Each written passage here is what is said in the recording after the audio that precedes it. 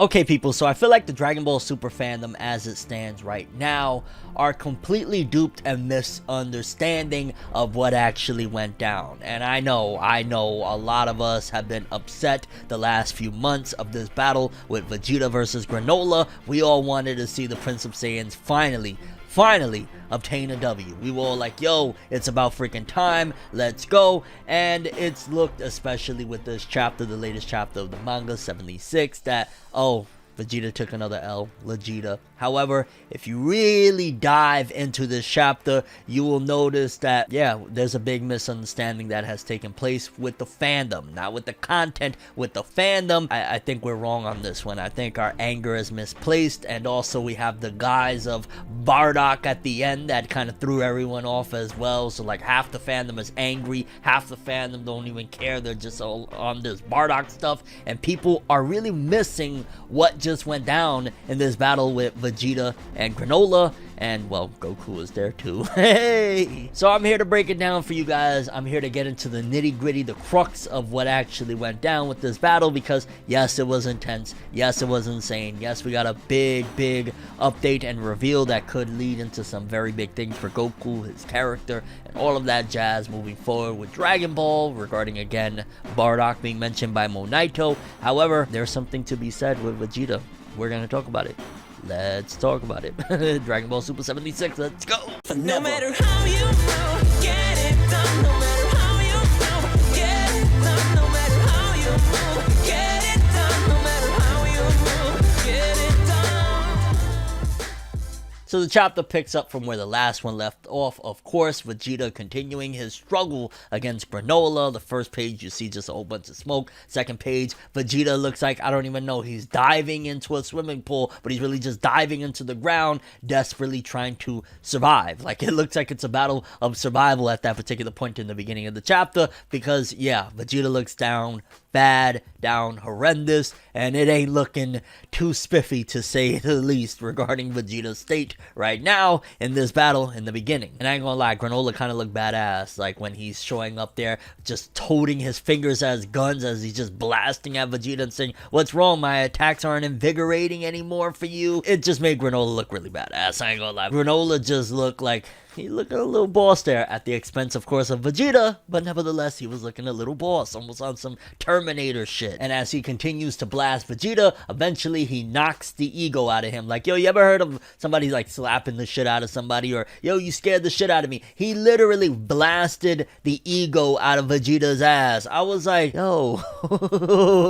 talk about being humbled, huh? And it's crazy. And I wish that we would have had maybe some other battles surrounding this prior to this, or maybe the structure would have been different, because it would have been nice to see this ego transformation of Vegeta, like similar to when Goku went Ultra Instinct, and it was like, holy shit, even though technically when he went Ultra Instinct in the battle against Jiren in the Tournament of Power, he also struggled. So there's something to note there, a little bit of more, people like to say there's always favoritism for Goku, but Goku didn't necessarily go Ultra Instinct and immediately defeat Jiren, and that was the end of it. There was still a time limit, there was struggle, all of that jazz, and I guess maybe it would have been nicer to see, like in particular regarding this instant, of maybe, you know, the Heaters were the first people that they went up against, and Vegeta was able to take one or two of them out with ease, or something like that, because him going into this transformation, you know, this ego transformation, and immediately getting the shit kicked out of him and getting it knocked out of him right here in this battle, kind of makes it look like, well, it's not impressive. But you got to think as well,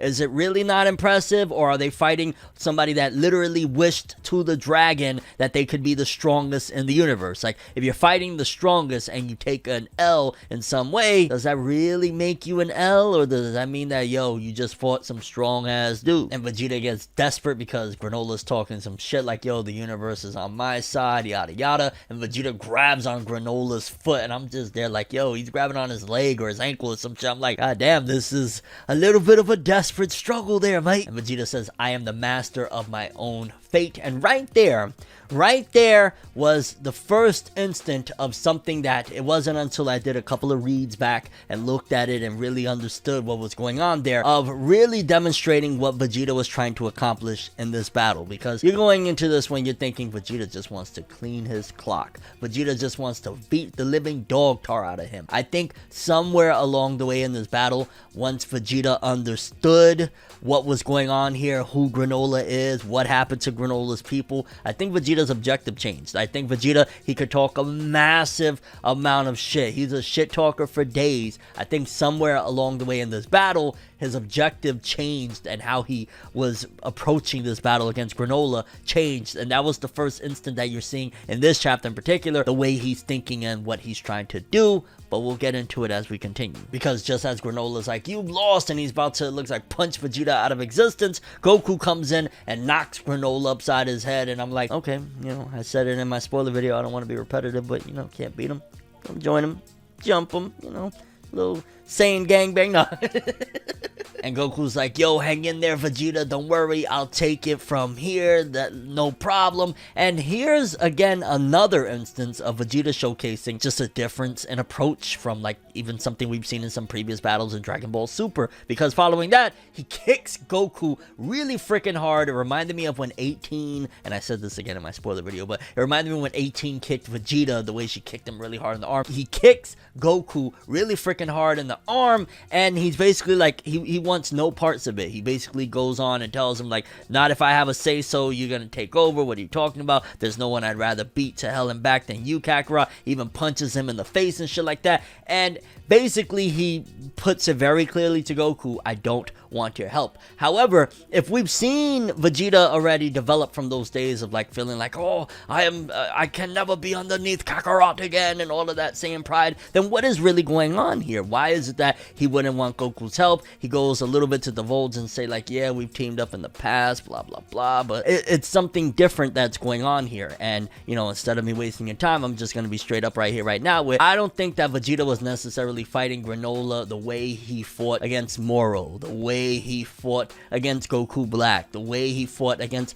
a lot of previous opponents. I think he potentially was going for the win, but I don't think necessarily that was all that was in his mind. In fact, I think Vegeta was fighting this battle with trying to teach Granolah a lesson and give him some game. And Goku joining in on things ain't gonna help any, because right now, for example, Granolah's still looking at them like these piece of shit Saiyans. Now look, they're trying to gang up on me, and Goku's not helping by jumping in, even though, yeah, he technically needed to, and yet again he has to jump in, because as Vegeta's talking to Goku, Granolah tries to sneak attack him, and Goku has to use force to kind of push him away. And then there was a little, which I would argue was almost even filler to this chapter in particular, because then Goku and Granolah have a little bit of a back and forth. I guess you could also argue maybe it showed a little bit of a demonstration. Maybe filler is the wrong word. That probably is the wrong word. But basically, because we get a fight between Goku and Granolah, and again, I feel like that's not the point of this chapter. That's not the point of what has been established with this fight between Vegeta and Granolah. But I guess it's also to demonstrate just Goku as an opponent, Goku as a fighter, how he learns his opponents very quickly, and also that he's starting to understand Granolah more and more, that maybe if they continue to fight, Goku could outmaneuver him, because Granolah tries to use a similar attack that he used last time of knocking Goku out by hitting him in the back of the neck. And this time around, Goku, he figured out a way of, like, okay, I can harden that part of my body, so boom, he can't knock me out anymore. And he even plays possum, pretends like he got knocked out for a moment, and ultimately comes back with a sneak attack and shit like that. So I guess it was more so just to add a little bit more to Goku, also give maybe Vegeta a moment's rest. But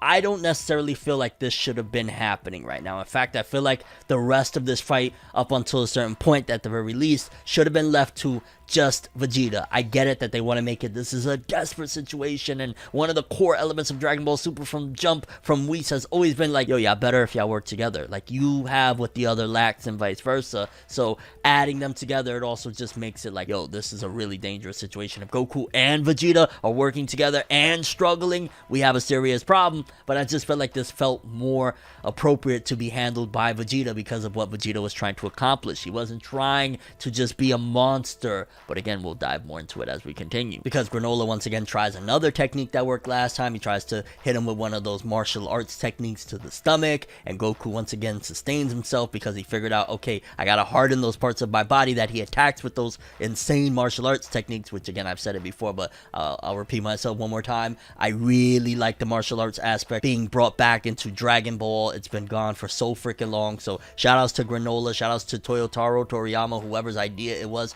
to bring back that element into the story. I love it, especially wearing these gigantic godly battles, so to bring back an element like that is awesome. And they continue to fight for a little bit longer, Goku and Granolah, till eventually Granolah knocks Goku down and knocks the form out of him. I believe he was in Super Saiyan Blue. He knocks it out of him, and Goku's like, oh, I don't think my body could last much longer, and Vegeta's like, boom, I'm tagging in, which again kind of all goes into like, it was cool to see. I like it. Like I've said before, it adds more to the dire situation and all of that jazz. But I just feel like not necessarily for what we previously thought, but nevertheless, this is Vegeta's moment. And that kind of felt like, was it really needed again? Another hand-to-hand with Goku and Granolah? Oh no. And then even Goku asking him like, yo, why are you so obsessed? Which I guess that kind of adds to like Vegeta's ambition if you think about it. Like, why are you so obsessed with doing this alone? Kind of Goku in his mind probably is like, yo, we've kind of already gotten past that stage of like, hey, I'm a Saiyan, I do this alone and shit like that. Like, why are you acting this way again? Like, this is old Vegeta. We're past this moment, you know what I mean? But Vegeta says, please allow me to do this one alone. And Goku says, fine. Just try not to die, Vegeta, which I ain't gonna lie. If you take that out of context, it's freaking hilarious. And yeah, Goku, you wildin' talking like that to Vegeta, but this also shows another side of Vegeta that I've noticed Dragon Ball fans don't necessarily like. And it kind of boggles my mind because this goes all the way back to Battle of Gods when Vegeta was dancing and singing for Lord Beerus and people hated that, said Vegeta would never do that. Vegeta's growing. Like, for example, some things that you would essentially do, let's just say in your teenage years, that you wouldn't even tolerate for that matter, like a level of disrespect. When you get older, it might hit different if you have people and things and a life and in general just loved ones that you want to protect, and ultimately that you maybe have a different outlook on life. Maybe when you were 20 you wanted to see the world burn, but when you're 30 you want to see the world flourish and you want to help the world and shit like that. So that's something that comes with maturity, that comes with a different version of yourself. You're not going to have the same thoughts. What is the quote from Muhammad Ali? A man that is thinking the same way that he did at 20, at 30 has wasted 10 years of his life or some shit like that. Like, that is essentially the whole thing when it comes to Vegeta. He's a different person. So when Vegeta says, please allow me to do this alone, and the way he's approaching this thing, it's not necessarily of like an anger. It's not necessarily like, yo, it's my ego. In fact, he wouldn't say, please allow me to do this, Kakarot, if it was all the ego and the old Vegeta and shit like that. It's something different. And I guess you could even compare this, like, for example, and I know I'm kind of trailing off, but just bear with me because I feel like this needs to be an understanding about Vegeta's character. Eminem, I remember the Revival album. A lot of people hated it. They were like, go back to the old Eminem. And I remember at the time liking the album, and people try to bully me on social media, like, that's his worst album, yada yada. And I think to myself, wait a minute, so that's his worst album, and you want Eminem to go back to the old Eminem. But that Eminem at Revival was talking about, you know, social consciousness, political stuff, you know, police brutality. He was talking about real substance and content, things that actually matter in the world. But you want him to go back to the days of him talking reckless, crazy shit about doing disgusting shit to his mother and stuff like that. That's the Eminem that you want, the immature, disgusting, vile version of him. You don't want the mature, aged, wisdom version of Eminem that is socially conscious and shit like that. That's the same thing that can be applied to Vegeta. You want the principal Saiyans, I'm gonna kill everything, fuck you, Kakarot, I'll surpass you one day. You don't want the, I love my family, I've learned some shit, this guy is riding on hatred and vengeance, maybe I could teach him something. But Vegeta approaches Granolah. Granolah says, yo, you insisting on doing this alone again? You want to try this again? And Vegeta says, bet, hit me with everything you got. And he returns into the ego transformation, which I still am gonna stand by. I love the look of that design. It looks so sleek and sick and badass. I like it. And Vegeta says, as I've said before, before, my power is unbounded, it's unlimited, and starts blasting away at Granolah, you know. Basically, the fight begins again, nothing special at the very least at that particular point, although he knocks Granolah into the city, the Cereal Inn City, which again is all a part of Vegeta's plan. Like, Vegeta is fighting here with an actual motive other than just, I'm gonna kill this dude, I'm gonna beat his ass. And when he knocks him into the city part, you know, where the Cereal Inns live, or where is it, the Sugar Inns? I forget, you know, it's the new people that inhabit that planet or whatever. Basically, Granolah pleads with him like, yo, not here, not here. And Vegeta's like on some, it seems sadistic, oh, and here I thought you didn't care about anything. And he, you know, he just starts wailing on him right there, like not really giving a shit. And it even gets to a point where, I ain't gonna lie, it felt out of desperation, but in retrospect, now that I understand why Vegeta was doing this, I cannot do nothing but admire and respect. He just started biting Granolah. It reminded me of like when Goku bit Beerus or when Goku bit Frieza. Now it's Vegeta's turn, which again, a lot of Goku has rubbed off on Vegeta, and this is all a part of a positive change. And Vegeta, like, he's not doing this necessarily on, oh, I need to survive. It's a lesson that he's trying to teach Granolah. And Granolah swings him down to the ground, and Vegeta's there laughing like, you know, you ain't gonna be able to do that to me in the city. You're not gonna be able to destroy me right here, start blasting off, right? But he fails to realize that Granolah has really fallen. Like, everything that Granolah has displayed, which he's kind of shown that he's fallen, he doesn't really care about shit anyways. But yeah, Granolah basically is like, yeah, it'll be fine, and he just starts blasting the living life out of Vegeta on the androids, blasting future Gohan. He's just straight up at point blank range at that, blasting off on him. And yeah, Granolah don't care. Again, he didn't care about oatmeal, he didn't care about Monaito, he didn't care about his own life, gave up everything but 3 years to obtain his power. He doesn't care, and that was a miscalculation on Vegeta's part right there. Or maybe again, it was all a part of just, you know, whatever it takes to get the job done of what he's trying to teach Granolah, which Vegeta being a teacher, who would have thunk it? But following that, Granolah looks absolutely wiped. He sits himself down. He feels like he's won the battle. He said, learn your lesson yet, Saiyan, which, how dare you talk to Vegeta like that? Like, have some respect. That's a fucking prince there. He's a prince of like 5 people, but nevertheless, he's a prince, damn it. But as he's there in the city, he turns around and he sees like a destroyed building, a house, and he sees a mother with their child, and they're petrified, which again, Granolah's become the monster that he once, despised, and all that jazz of everything that was done to him with Frieza and the Saiyans when they came to him. And it kind of brings him to a flashback of when the Saiyans, and I want to say that that time it was supposedly, like, from what I remember in the flashback that we had initially seen months back, it was like Bardock and his crew and whatnot, but you see a whole bunch of giant great apes, and you see Granolah running towards his mom, and his mom says Granolah, and you can see them petrified, and it resembled greatly that mother and child that Granolah is looking at right there from, the Sugarian's planet and whatnot. And right here is where it all comes full circle, because like I've said throughout this entire video, Vegeta was not fighting to necessarily kill. Vegeta was fighting to teach him a lesson. I think Vegeta had in the back of his mind, well, I probably can't win against this guy. I'm going to try to still whip his ass, and if I teach him the lesson that way, then so be it. But even if I can't necessarily win, maybe he'll understand what I'm trying to tell him, because he says, first of all, any grudges against us Saiyans are well deserved. How could I object to you destroy me here and now? However, by eradicating the Saiyans, aren't you just repeating history? Why would Vegeta, if he really was serious about this battle and 100% trying to just use this ego transformation and everything he's learned to destroy this person, why would he be saying any of this? It's because throughout this battle, somewhere along the way, once he learned what was going on and who Granolah was, he decided, I'm going to teach him what he's doing is wrong. He's been fighting, like, think if you're a Naruto fan, when Naruto fought Sasuke in part 1 at the end, where he had an objective to scratch that headband. It wasn't necessarily to defeat Sasuke in their final clash. It's similar situation here where Vegeta was fighting to teach him a lesson, not necessarily kill him. He even goes as far as to say, you Cerealins were never such a savage tribe, were you? And of course, yet again, Granolah, he can't hear it, he can't face the truth, and he's like, no, that's nonsense. This planet was always a peaceful one. You people took everything from me, and I'll never move past that. Basically, he's internal struggling within himself still. Like, don't get it twisted, Vegeta's trying to teach him a lesson and maybe give him game that he never necessarily got. But remember how long it took Vegeta to get to this point. We're in Dragon Ball Super, which by now this would be episode, 180 or some shit of Dragon Ball Super. It took a long time for Vegeta to get here. 291 episodes of Z.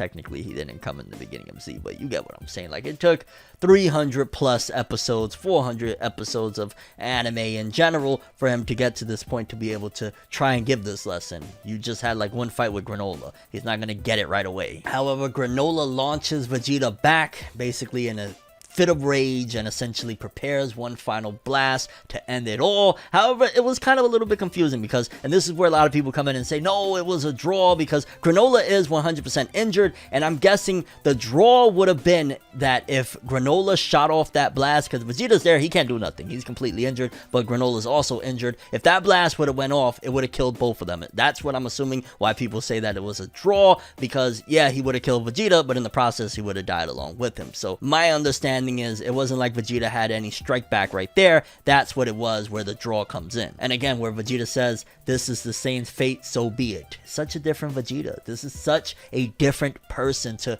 accept his death at this point. Like, the trigger where you really started to see this change, of course, was going back to the Majin Buu saga where he sacrificed himself, and to see come from that to here, him being a mentor to somebody that he probably in the good old days would have tried to kill him. And even right here was the stamp of everything I've been telling you about how everybody is misunderstanding this battle. This right here was a stamp that solidified what I'm talking about, where he says, so I couldn't cut it. Apologies, Lord Beerus. I couldn't revert to the callous, unfeeling man I once was. That god of destruction power was beyond the scope of a novice like me. Yes, he couldn't revert back to the days of Majin Vegeta. He couldn't revert back to the days, essentially, that power that Beerus taught him is for, you know, destruction, and he wasn't trying to destroy right here. So how, if you're a destroyer, you're not going to be able to utilize that power properly. If Vegeta was going in for the kill, more than likely Vegeta would have won, which it's not the best prize in the world for people that wanted Vegeta to win, but it kind of does solidify that Vegeta had a better chance and a better shot at getting that W if he was coming in to just straight up murder and not be a sensei, a wise person that he is, and teach a lesson. This is the character development overshadowing the big action pieces. And then, of course, towards the end of the chapter, Goku says, whoa, they're both willing to die, and starts charging towards the battle scene. And then, you know, you got the spaceship with Monaito in there that Oatmeal picked him up, and he's like, that man, can it be? Which leads into the finale of Monaito revealing to Goku that the person that saved Granolah and him, and basically it was a white lie that he never really told to Granolah for whatever reason, which probably weighs heavy on Monaito, was, you know, about Bardock. Basically, the person that saved them all these years ago was Bardock, which it leads into a lot of interesting conversation of, well, wait a minute, canonically, has Goku ever knew about Bardock? And my biggest thing is, even if he did, if he doesn't, whatever, if it leads into Goku finding out more about his father, does Goku care? I feel like certain part of him will be mildly interested, just because he does care about his Saiyan heritage since he's been, you know, friends with Vegeta and shit like that. Does he care enough that it's like, again, I've said before, like Grandpa Gohan or family? No, he wasn't brought up with Bardock. I think maybe you could throw the argument that he would probably care more knowing in this version of Bardock that Bardock was a decent person. He wasn't the monstrous murderer that he was in the Bardock TV special. So maybe there'd be more room for Goku to care about him and form some sort of, not bond or anything like that, but some sort of good feeling, good-willed feeling towards his deceased father. Sure, because again, it's not the same Bardock that was just a pig, you know what I'm saying? So there's that aspect, but I just don't personally feel like Goku's really gonna give two shits. Like, he's just gonna care enough of, like, that was a powerful man, shout outs to my pops. But then there's also the argument of the deconstruction of Dragon Ball and Goku's development and Goku's special nature throughout all of Dragon Ball. Of, well, it was supposedly that the Saiyans were murderers and Goku came to Earth and Grandpa Gohan dropped him, and that's what changed him from being a murderer. But now all of a sudden the rewrite of Bardock makes it that Bardock was a good person. So was it that the special nature was Bardock in particular and it wasn't necessarily Goku? But then also Gine, or Gine, I forget how you pronounce her name, the mom, was also a good-natured person. So I'm never going to be happy with the Bardock rewrite, just being honest. Bardock was awesome and special because he was a badass that didn't give a shit, and yeah, I'm never going to be fond with that. But nevertheless, they're opening the floodgates to bring in some mentions of Bardock, so I'm here for it. But I'll be honest with you, one final thing, I guess a prediction, with Monaito being there, I think everything that he tells Granolah, I wouldn't be surprised if Granolah kills Monaito right there and rips apart Oatmeal and says, I don't care, you're lying, or it is what it is, I've went this far, my vengeance ain't going to be stopped by some bullshit story you're telling me. die, Namekian, and then you guys are gonna die too, and that'll be his downfall, because right then the heaters will show up and say, you idiot, you don't realize anything you've done, and Granola's gonna be a walking L. But curious what you guys think. With everything that I explained, basically the misunderstanding of Vegeta's battle against Granolah, do you have a change of heart? Did you have a change of heart to begin with? Maybe you have agreed with me throughout this video because that's the point of view you took from reading the chapter. And how do you feel about the mentions of Bardock? Do you think that's going to lead Goku to giving a shit about his father or not? And then your overall thoughts of the chapter. Honestly, when I revisited the material multiple times, I grew a new appreciation for this. I felt like I could be raging and angry like Vegeta didn't get the win, but when you see that the win is not necessarily in the physical, but in the mental of where Vegeta's at nowadays and being one of the most developed characters in Dragon Ball, that is a bigger W than anything Vegeta, ripping Granolah apart could give me personally. And your overall thoughts and expectations for the Dragon Ball Super manga with chapter 77 and beyond. Can't wait to see where this goes, but I don't see Granolah even finding out whatever Monaito has to say, stopping him. We've seen he's given up everything at this point. He probably is willing to go darker, but we gotta wait and see. But that's all I have for this one. Thanks for watching. Hope you enjoyed. If you liked anything I had to say or enjoyed the video, drop me a like. I'd greatly appreciate it. And if you want more from me, make sure to subscribe. Follow me on Twitter, Instagram. Hit that bell to get all notifications. And if you want to follow any of my other social media, links are in the description below. I'm FunNebWorld, and as always, people, have an awesome day. And remember the golden rule: anime and manga for life, boy. Have an awesome day. Peace in, and Bardock fam, can't wait. But also, Vegeta's character development, that's the win.